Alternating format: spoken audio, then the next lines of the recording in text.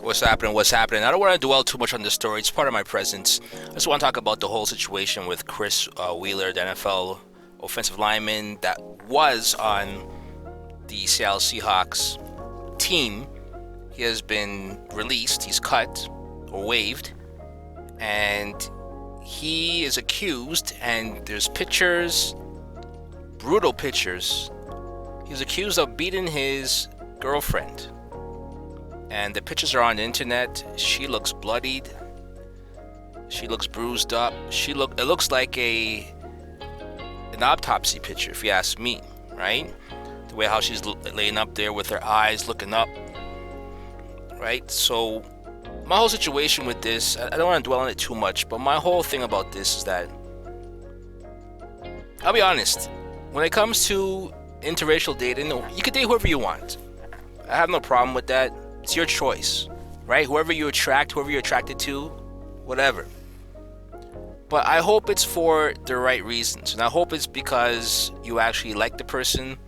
I hope it's because you found a connection with the person and you want to be with that person because, you could see yourself falling in love with that person. As opposed to,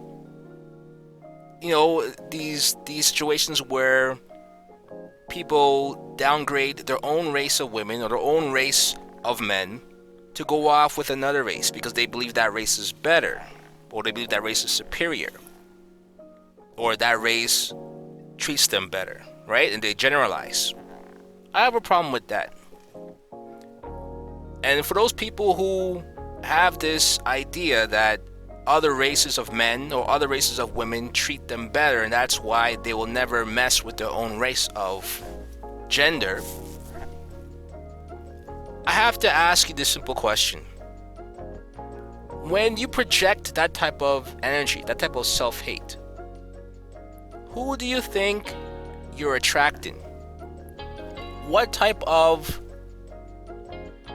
interracial relationship are you attracting? What type of white person are you attracting if you're a black person?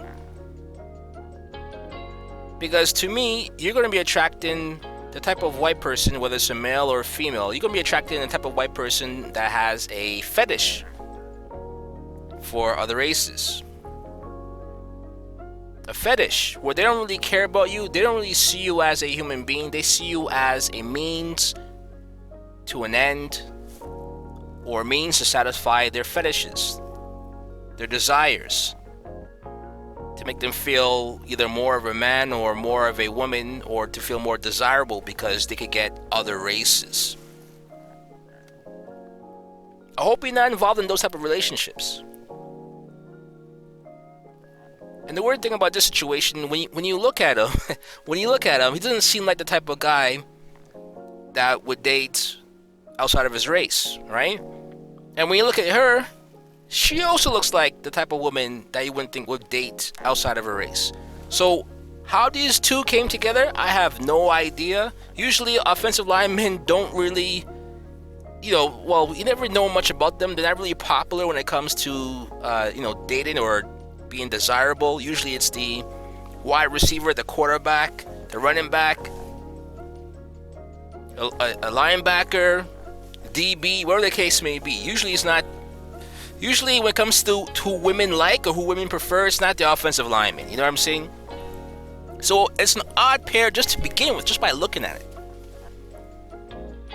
And then when you hear about these situations, the fact that he has some type of mental illness, or he's either bipolar or schizophrenic, whatever the case may be, he has to take pills, he has to take medication.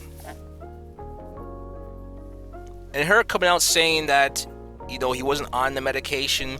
And the thing with people who take medication for mental illness, once they're on medication for a long period of time, they start to feel themselves. They start to believe that they're okay.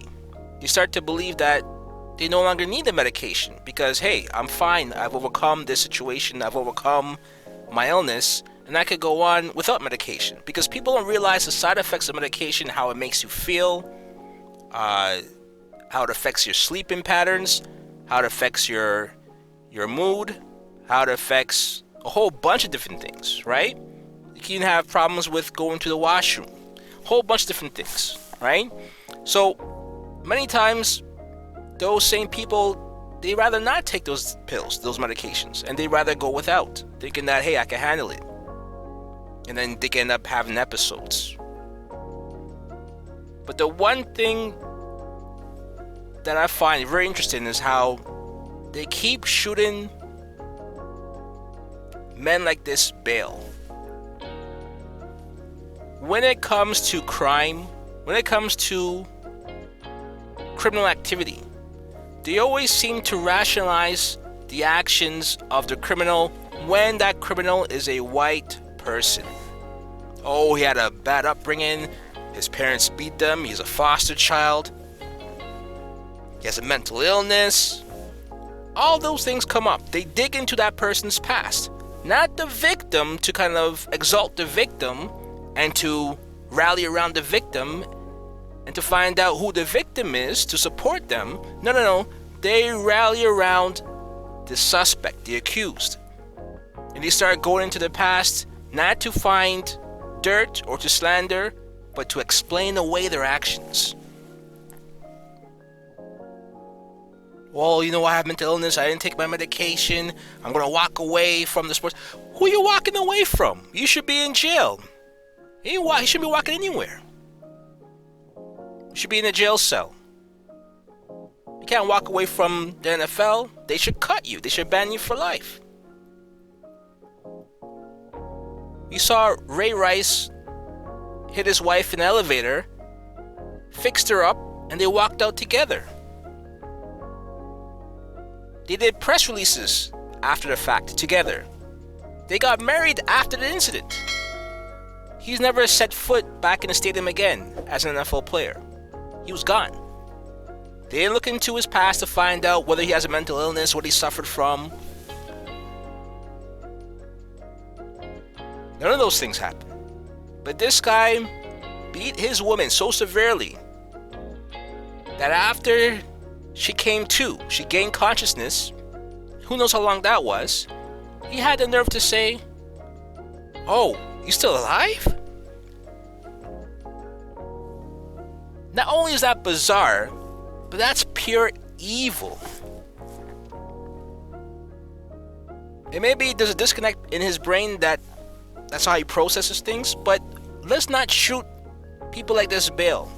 Because there are many people who are bipolar, schizophrenic, and they are no harm to others. If anything, they're more harm to themselves. They're more of a danger to themselves. They actually say that it's very rare for those type of individuals to attack others and to hurt others. So go figure. But they shoot this guy bail. They do that a lot when it comes to serial killers, school shooters.